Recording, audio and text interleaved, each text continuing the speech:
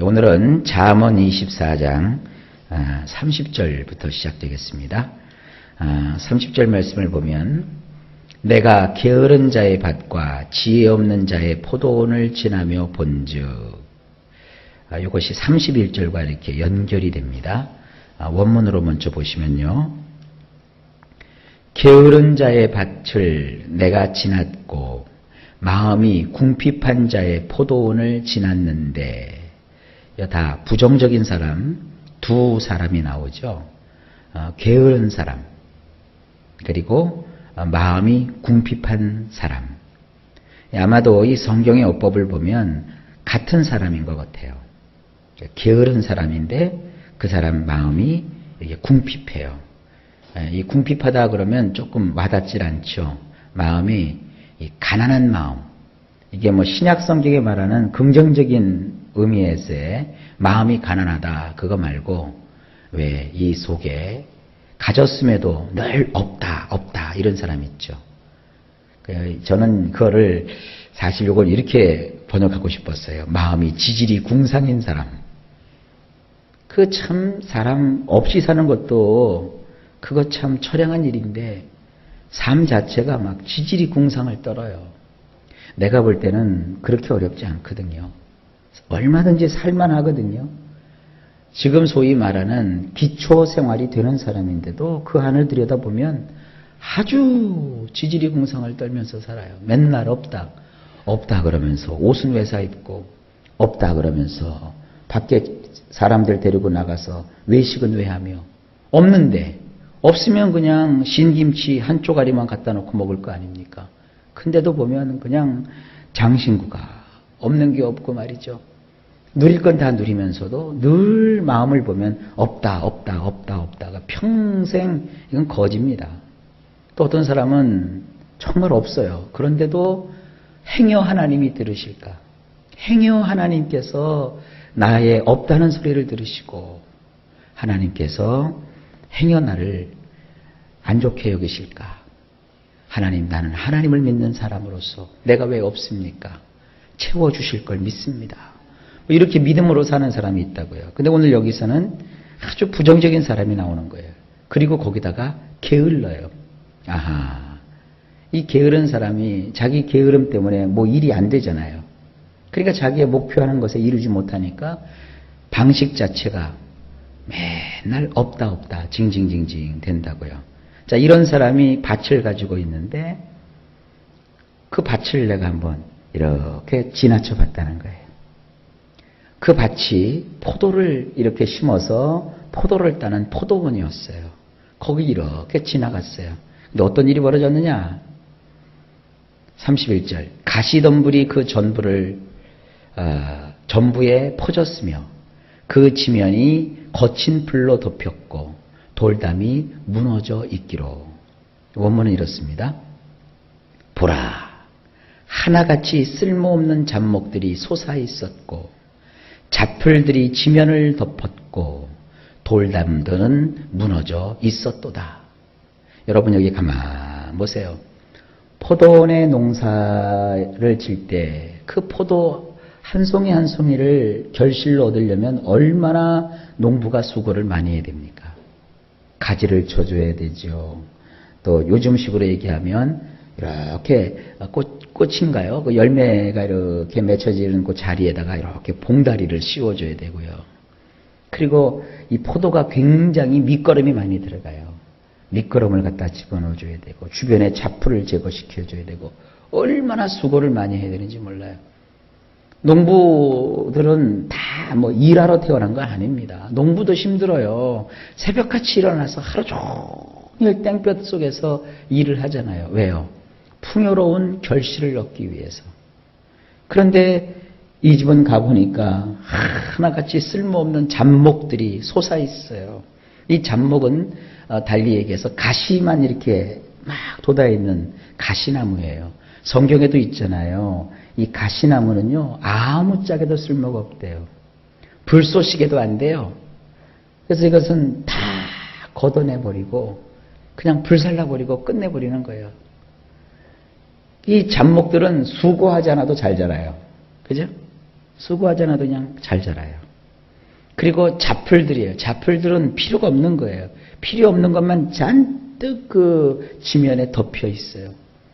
그나마 여우들이 들어오지 못하도록 막는 돌담도, 또 도적들이 들어오지 못하게 하는 그 돌담도 다 관리를 안 해서 무너져 버렸어요. 그러면서 게으르고, 그러면서 맨날 없다 지질이 궁상만 떨고 있으니 이게 되겠냔 말이에요. 성경은 이렇게 얘기하고 있습니다. 32절, 내가 보고 생각이 깊었고 내가 보고 훈계를 받았노라. 이 원문을 보면 이렇게 되어 있습니다. 참 기가 막히다 이런 표현이 원문에 되어 있는데 한번 원문의 어떤 감을 느껴보세요. 32절에 이렇게 되어 있어요. 내가 보았다. 내가 말이다. 내가 나의 마음을 세웠다. 내가 엄밀히 살펴서 훈육을 받았도다. 자, 이 지혜로운 이 현자가 이 장면을 보았어요. 이 보았다는 것은 그냥 이렇게 쳐다봤다는 게 아니라 뭔가 깨달았다는 거예요. 누가 깨달았냐? 내가 깨달았다. 내가 나의 마음을 그래서 이렇게 똑바로 세웠다는 거예요. 아유, 이러면 안 되지. 아이고, 다시 한번 내가 새롭게 해야 되지. 이게 깨달았다는 거예요. 그러고 난 다음에 그가 엄밀하게 그것을 살펴서 훈육을 받았대요. 여기서 이 훈육은 뭐냐면 바로잡다, 교정하다 이겁니다. 32절과 같은 이런 자세가 우리 인생을 지혜롭게 살게 하는 자세예요. 어떤 사람은 보고도 깨닫지를 못해요. 자기 생각을 바꿀 생각을 추구도 안 해요. 그리고 어떠한 그 하나님이 보여주시는 일들에 대해서 교훈을 받지를 못하고 있어요. 그런데 이 시편의 현자는 보고서 그가 깨닫고 마음을 똑바로 세우고 잘못된 것을 고쳤다는 거예요. 그러니까 여기서는 어떤 상황입니까? 아, 사람이 게으르면 안 되는구나. 그리고 마음에 이 지질이 궁상을 떨면서 살면 안 되는 거구나. 그러다 보면은 어때요? 해야 될 일을 안 하는 거예요. 잡목을 제거시켜줘야 되고, 풀을 다 걷어내줘야 되고, 돌담을 높이 세워줘야 되고, 그리고 그 자기가 농사 짓는 포도원을 관리를 해줘야지 이게 무슨 뭐 결실을 얻고 나중에 빚도 갚고 부자도 되죠. 그거 안 하고 나서는 하나님을 쳐다보고 원망이나 하고 앉아있고 신세한탄이나 하고 앉아있고 에이구 이래서 뭐 하나 이러고 자포자기하고 있는데 그의 삶 속에 무엇이 주어지겠습니까? 여러분 하나님도 마찬가지입니다. 하나님은 은혜 베풀 자에게 은혜를 주시고 긍휼을 베풀 자에게 긍휼을 주시는 거예요. 그러니까 왜 나는 이것이 안 되나 그렇게 생각할 게 아니에요. 최선을 다해서 내가 할 도리를 하면 돼요. 이 성도들도 이렇게 이제 기도들을 많이들 하잖아요. 또 목사님들한테 기도 부탁을 많이 하잖아요. 근데 이렇게 삶을 보면 답답해요. 내가 하나님이라도 저렇게 살면 응답을 안 해주실 것 같아요. 그래도 어떤 성도님들은 기도 부탁을 하면 내가 하나님이라면 금방 응답을 해주고 싶은 사람들이 있어요. 그 어려움 속에서도 어쩜 저렇게 사람이 고추서서 흔들거림이 없이 하나님을 사모하고 은혜 가운데 생활을 할까? 결국 그런 사람들이 생활이 지나다 보면 다 잘 되더라고요. 자기 목적을 이루게 되고 소원이 이루어지게 되고 뜻한 바가 또 그 마음에 정한 바가 다 이루어지더라고요. 자, 여러분 부지런히 여러분이 할 일을 하십시오. 그리고 하나님을 바라보십시오. 그럼 하나님께서 인생의 좋은 곳으로 역사해 주십니다. 자, 33절 볼까요? 내가 좀 더 자자, 좀 더 졸자, 손을 모으고 좀 더 누워있자 하니 원문이 이래요. 조금만 더 자자, 조금만 더 졸자, 조금만 두 손을 접고 눕자 하다가는 이거 자지 말라는 얘기 아닙니다. 하루에 8시간 자는 거는 그거는 게으른 거 아니에요. 8시간까지는 그건 게으른 거 아니에요. 그건 반드시 자야 돼요. 아니 최소한 6시간 이상은 자야 된대요. 이 6시간 미만을 자면요 나중에 이 뇌 쪽으로 연세가 되시면 문제가 생긴대요. 그러니까 잠은 푹 주무시는데 몇 시간까지만 8시간까지는 꼭 자야 돼요. 그 이상 뭐 9시간 10시간 자면 그거는 아니에요. 8시간은 꼭 하루에 주무셔야 돼요. 그러니까 이제 이런 얘기하면 여러분 그렇게 할까요? 참, 목사님 속 편한 소리 하신다. 그런데요, 하여간 8시간 안 자면 이 말씀 해당 안 돼요. 알았죠?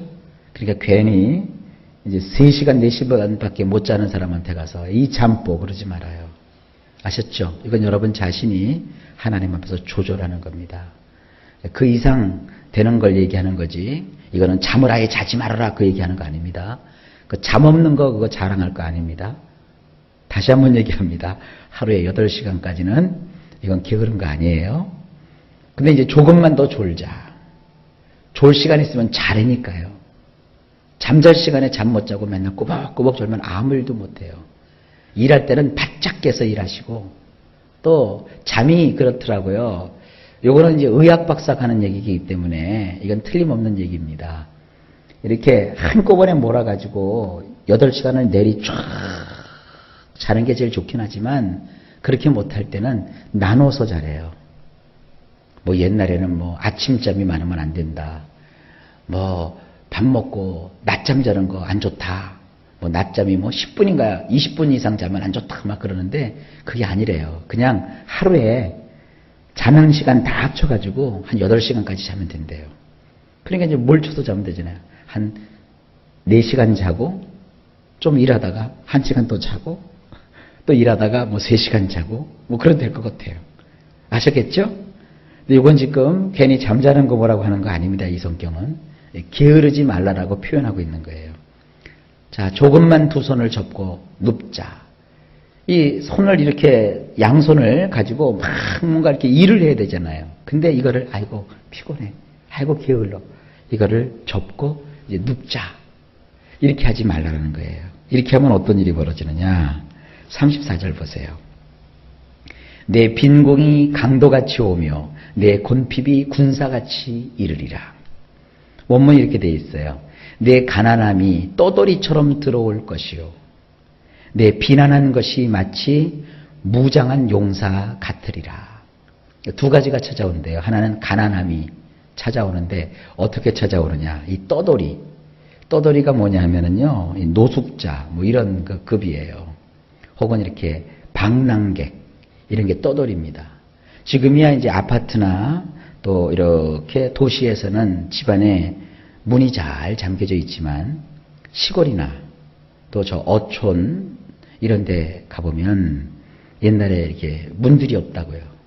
그러니까 일하러 밖에 나가면 집에 딱 들어오니까 도둑놈이 들어온 게 아니라 이 떠돌이가 살짝 집에 들어와가지고 부엌 들어가서 밥을 다 둥당질을 해서 먹고 훅 쳐놓지도 않고 그냥 도망가 버렸어요. 그런 꼴이에요.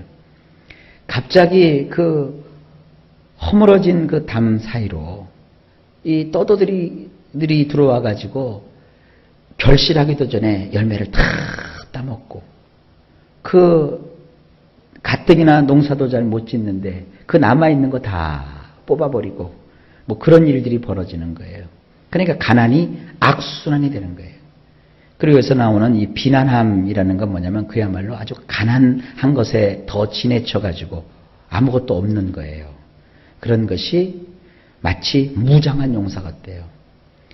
용사도 힘이 센데 그 용사가 각종 무기로 완전 군장을 갖추고 무장을 했다고요. 그 용사를 여러분이 이길 수 있습니까? 이기기가 힘들어요. 그러니까 이 비난한 것, 가난이 마치 나와 싸우려고 총 무장을 해가지고 나에게 달려온 거예요. 그러니까 그 가난과 싸우려니 이기냐고요.